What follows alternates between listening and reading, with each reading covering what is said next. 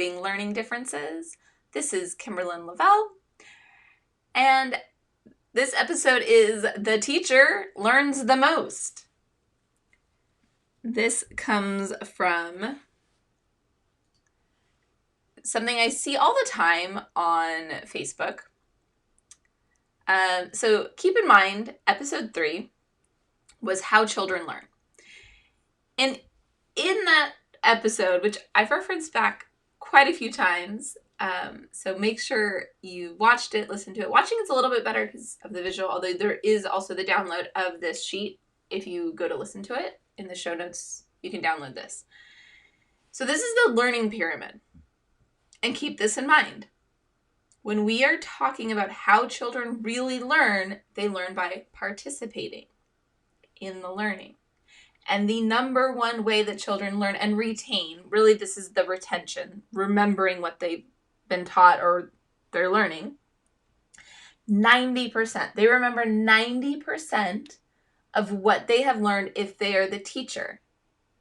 So sometimes I see parents say that, oh, I learned so much more homeschooling than I ever did in public school. Good. You're supposed to. Not because you're homeschooling, but because you're the teacher. So keep that in mind, though, and don't do that to your kids. In the Octopus's Guide to Reading Comprehension, we talk about teacher time. This is one of the strategies that I give. Have your child be a teacher. And if you download that, there is a link on one of the pages. There's this teacher time, and you click on that view, and it tells us we remember 90% of what we teach. And if you go to the view, there's a video about just that strategy. So that's putting that into action. Whoops. So your goal is to learn alongside your child, not to be their teacher. Because I'm constantly, like I said, I see people say, oh, I learned so much more now as a homeschooler than I ever learned in public school. Yeah, but the teachers in public school are also learning more as teachers than they did when they were students. Now the problem is, and a lot of teachers know this and are starting to change things around, the problem is that we weren't allowed to be teachers. So whether you're a public school teacher or a homeschooler or anything else, whatever children you are trying to educate, please stop talking to them more than you allow them to teach you, and encourage them to be the teacher. Allow them to discover things for themselves and to teach you what they've discovered. They will learn it so much better.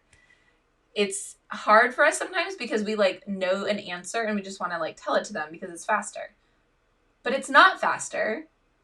It takes out their discovery, and it means that they are going to spend longer trying to remember and learn what you're trying to teach them than if you just let them figure it out to begin with.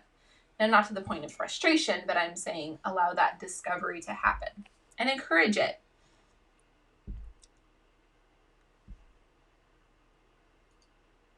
So avoid the temptation to be the teacher. Oops, we do that a lot. I do it all the time, and I'm constantly having to stop myself because it's very tempting to be like, oh, let me show you how to do that. Let me tell you what this is. Let me teach you. And it's fun. We like to be the teacher, but our kids like to be the teacher too. So keep that in mind. Definitely foster discovery. Allow your children to figure things out and learn new things. Let them teach. Let them be the ones that are teaching you. So an example, if your child needs to learn subtraction with regrouping. So this is where something like 32 minus 27. So if you just were doing the columns, you can't do 2 minus 7. Now, our temptation is to teach them a trick to be able to know when to do it. Avoid that temptation, because all the cute little chants in the world won't get your child to understand why that little chant or trick works. If they discover it and then you want to teach them the little chant or little trick, that's fine. But they need to discover why they can't do 2 minus 7 or 7 minus 2 instead of 2 minus 7. Like, that's the most common mistake I see. They'll have 32 minus 27, and they'll say, well, 7 minus 2 is 5, and 3 minus 2 is 1, so it's 15. 32 minus 27 is not 15. But it's easier, and they just mix things around because they aren't really understanding 32 as a number and 27 as a number. They've split it up, and anyways. So have them discover it by giving them little counters and figuring out. Have them do it on a place value chart so that they have 3 10s and 2 1s, and then 2 10s and 7 1s, and let them figure out, how do I match these up? How do I put them together? Or don't even give them the 27 part, just give them the 32. Say, okay, now hand me 27. And they're going to, somewhere in there, figure, oh, I have to trade things around to make this work. Let them figure it out. Remember, always go back to hands-on learning.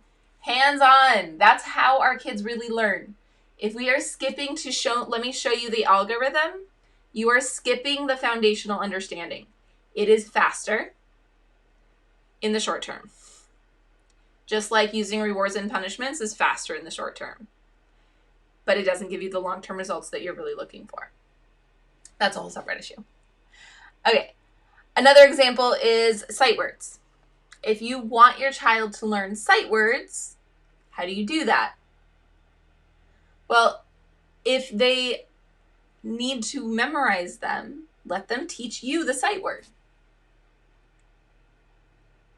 Or let them teach their little sister, or the dog, or the goldfish, or their stuffed animal. It doesn't matter. Let them teach someone. They can hold up flashcards, they can read and highlight, they can do all sorts of different activities that maybe you've done with them, but then let them go do it with someone else. Let them go teach someone else. Because when they start teaching it is when they're really absorbing it. So it might be flashcards. It's not the best, but it is common and it'll work. I certainly use flashcards at times. So you've got flashcards. But after you've run through the flashcards with your kid, hand them to the kid and have them go teach it to the other animal. And then be there so that they can look at you and be like, what is that? Because even if they're looking for the answer from you, they're trying to teach it to someone else. So they're going to be remembering it so that they can teach it. It gives them a reason to learn it. That's another part of this, is having a reason to learn the material. Okay, moving on.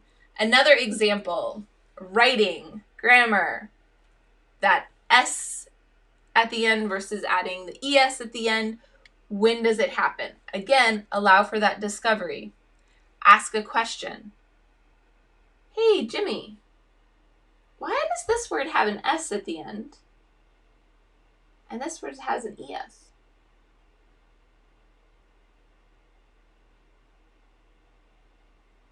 When it's dogs, we just add an S.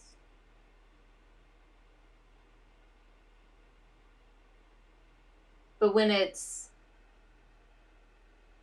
dives, now there's that ES. What's the best example? Off the top of my head. Right, you're having that conversation. Why is this happening instead of this?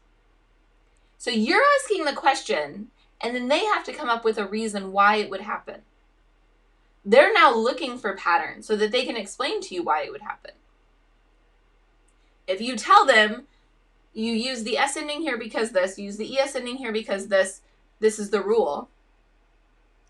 They don't have a reason to remember it. They don't care. You've taken all the curiosity or intrigue out of it. And they won't remember it because they don't care. Like, whatever. Who cares whether it has an S or an ES?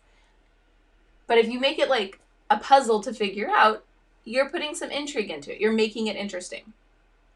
So again, just an example, which I was having a hard time off the top of my head. Okay. And this is a really good one to use. Can you tell me more? So as your child is trying to understand something and trying to figure something out, and they're telling it to you, ask them, can you tell me more? Get them to come up with more information, more ideas, more explanations, more examples. So your takeaway today, let your child teach so that they can learn. Our children learn best when they are the teachers. So yes, while you might be learning a ton, allow your child to also learn a ton by also being a teacher. And the bonus is that you get to learn too, because it is really fun. I love it. All right, tell me your stories. Tell me what's going on. What have you learned? What are you learning? Kimberlyn at decodinglearningdifferences.com, and I cannot wait to hear from you.